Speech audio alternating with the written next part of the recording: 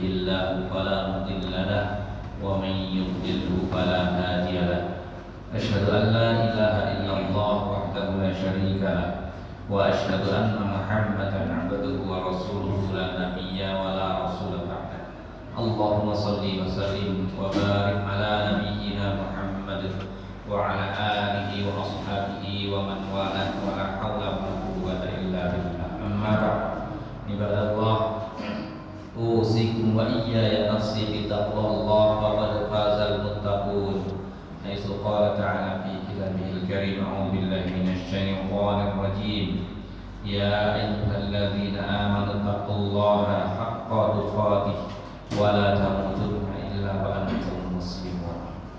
Masyarul muslimin jamaah Jumat Masjid Al-Hikmah rahimahullah. Marilah kita panjatkan puji dan syukur kehadirat Allah Subhanahu wa taala atas limpahan nikmat-nikmatnya yang tak terhingga sehingga kita dimampukan oleh Allah Subhanahu wa taala untuk hadir di Masjid Al-Hikmah ini dalam rangka menunaikan ibadah salat Jumat.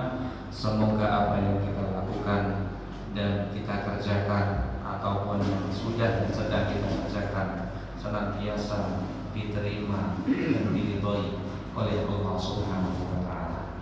Salawat serta salam semoga Allah limpahkan kepada junjungan kita qudwah hasanah kita Rasulullah Muhammad sallallahu alaihi wasallam, para keluarganya, sahabat-sahabatnya, tabi'in dan tabi'ut tabi'in, serta kepada siapa saja orang-orang yang senantiasa istiqamah berpegang teguh dengan dinul Islam sebagai panduan hidupnya ketika di dunia dan mudah-mudahan nanti membawa kebahagiaan fid dunya wal akhirah. Amin ya rabbal alamin.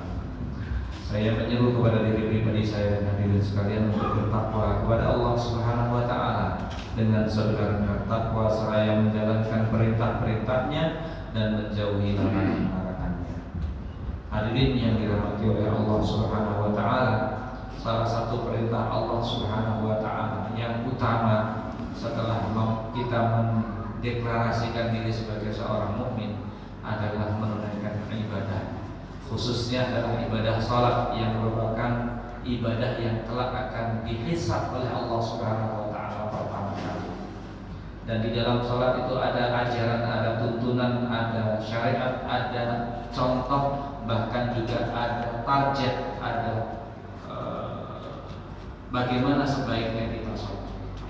Sehingga Allah Subhanahu wa taala memberikan anugerah, memberikan kemenangan bagi orang yang salatnya khusyuk. Sebagaimana firman Allah Subhanahu wa taala di dalam surat Al-Mu'minun ayat yang ke-1 dan yang kedua. Bismillahirrahmanirrahim. Qad aflahal mu'minun alladzina hum fi salatihim khashi'un. Sungguh beruntung orang-orang yang beriman, yaitu orang yang khusyuk di dalam salat. Hadirin sekalian yang dirahmati oleh Allah Subhanahu wa taala, untuk mengikhtiarkan agar salat kita khusyuk di hadapan Allah Subhanahu wa taala 100% dari mulai takbiratul ihram agak terburu-buru.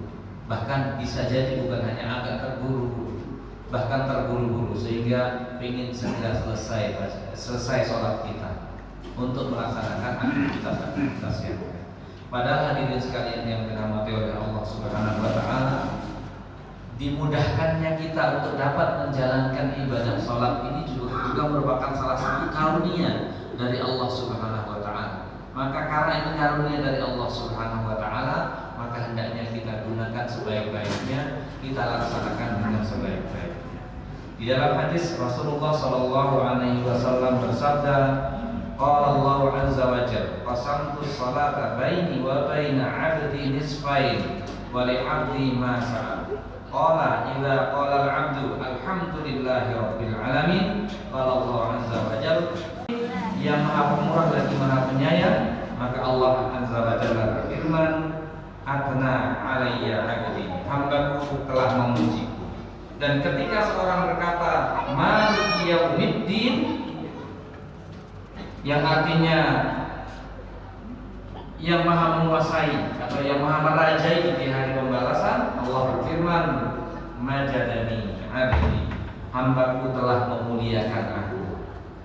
Dan ketika seorang berkata iyyaka na'budu wa iyyaka nasta'in, hanya kepada Engkau ya Allah aku menyembah atau kami menyembah, wa iyyaka nasta'in, dan hanya kepada Engkau kami memohon pertolongan, maka Allah Subhanahu wa taala pun berfirman, hadza baini wa baina 'abdi wa li 'abdi ma sa'al. Ini adalah bagianku dan bagian hambaku. Dan jawaban Allah Subhanahu wa taala dari setiap lafaz yang kita ucapkan tadi, maka itu sudah menyatukan fokus kita kepada Allah Subhanahu wa taala. Begitu juga bacaan-bacaan berikutnya, manakala kita membaca surat atau ayat yang kemudian kita mengetahui maknanya, menghadirkan hati kita di dalam melaksanakan ibadah tersebut, maka insya Allah akan mendukung kekhusyuan kita. Demikian juga ketika takbir untuk rukuk, Allahu Akbar, kita akui bahwa Allah Maha Besar dan selain Allah adalah kecil, maka itu sudah menjadi bagian daripada upaya untuk mendapatkan kekhusyuan tersebut. Di dalam rukuk kita membaca subhana rabbiyal azim atau subhanaka Allahumma rabbana wa bihamdika Allahumma ighfirli, memahasucikan Allah Subhanahu wa taala, kemudian mengagungkan Allah Subhanahu wa taala. Setelah mengagungkan, kemudian kita memohon kepada Allah ampunan. Kemudian sami Allahu liman hamidah rabbana walakal hamdu, memuji Allah kembali. Begitu juga seterusnya ketika kita sujud, ketika kita duduk di antara dua sujud, memohon ampunan, memohon pertolongan, memohon karunia kepada Allah Subhanahu wa taala. Maka insya Allah ketika kita betul-betul menghadirkan hati kita di dalam bacaan sholat kita, maka insya Allah kita akan mendapatkan kekhusyuan tersebut, yang juga akhirnya kita akan termasuk orang-orang yang beruntung, sebagaimana firman Allah Subhanahu wa taala, yang berpaling dari hal-hal yang laghun, hal-hal yang sia-sia. Sehingga orang yang beriman itu, yang dimaksudkan dengan orang yang beriman yang beruntung adalah yang mau meninggalkan perkara yang sia-sia. Perkara yang sia-sia itu apa? Banyak sekali. Kadang-kadang kita ini sebagai seorang mukmin menginginkan kita masuk surga, tetapi amalan kita tidak mengarah kepada menuju surga. Contohnya, banyak waktu luang kita gunakan hanya untuk main remi, main gaple, main game. Kalau anak muda sekarang main game, main gadget, ya.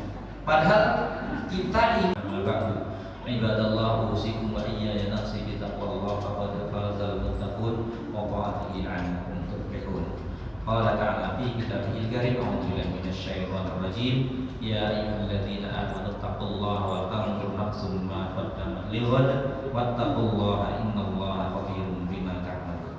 Hadirin sidang Jumat rahimakumullah, untuk yang khutbah yang kedua ini saya mengingatkan kembali sebagaimana disebutkan tadi oleh Bapak Haji Rozak, bahwa hari ini adalah tanggal 23 Syawal. Artinya bulan Syawal kurang lebih tinggal 6 atau 7 hari lagi. Saya mengingatkan bagi kita semua yang barangkali ada yang belum melaksanakan saum Syawal, yang mana pahalanya seperti puasa selama 1 tahun, dan akan menyempurnakan puasa kita di bulan Ramadan, maka masih ada 6 hari berturut-turut. Resikonya kalau sudah tinggal terakhir, tinggal 7 hari atau tinggal 6 hari ini, kita harus betul-betul melaksanakannya. Karena agar kita semua melaksanakan ibadah sunnah yang banyak ditinggalkan oleh kebanyakan kaum muslimin. Kalau bukan kita, siapa lagi? Kalau bukan sekarang, kapan lagi? Oleh karena itu, mumpung masih ada waktu dan kesempatan, saya ingatkan buat diri pribadi saya dan kita semua agar kita melaksanakan ibadah tersebut, yang tujuannya agar kita mendapatkan kesempurnaan ibadah di bulan Ramadan dan dipahalai oleh Allah Subhanahu wa taala seperti puasa selama 1 tahun. Insyaallah kita tidak mungkin mampu puasa selama 1 tahun. Oleh karena itu, kalau ingin mendapatkan pahala selama 1 tahun, laksanakan 6 hari di bulan Syawal tersebut. Meskipun ini sudah di pekan terakhir, mudah-mudahan kita dimampukan dan dimudahkan oleh Allah Subhanahu wa taala. Innallaha wa malaikatahu yusholluna 'alan nabi ya ayyuhalladzina amanu shollu 'alaihi wa sallimu taslima. Allahumma shalli 'ala Muhammadin wa 'ala alihi wa ashabihi ajma'in. Allahumma ighfir lil mu'minina wal mu'minat wal muslimina wal muslimat al ahya'i minhum wal amwat innaka sami'un qaribun mujibud da'wat wa ya qadiyal hajat. Rabbana zalamna anfusana wa in lam taghfir lana wa tarhamna lanakunanna minal khasirin. Rabbana hab lana min azwajina wa dhurriyyatina qurrata a'yun waj'alna lil muttaqina imama. Rabbana la tu'akhidhna in nasina aw akhtana. Rabbana wa la tahmil 'alaina isran kama hamaltahu 'ala alladziina min qablina. Rabbana wa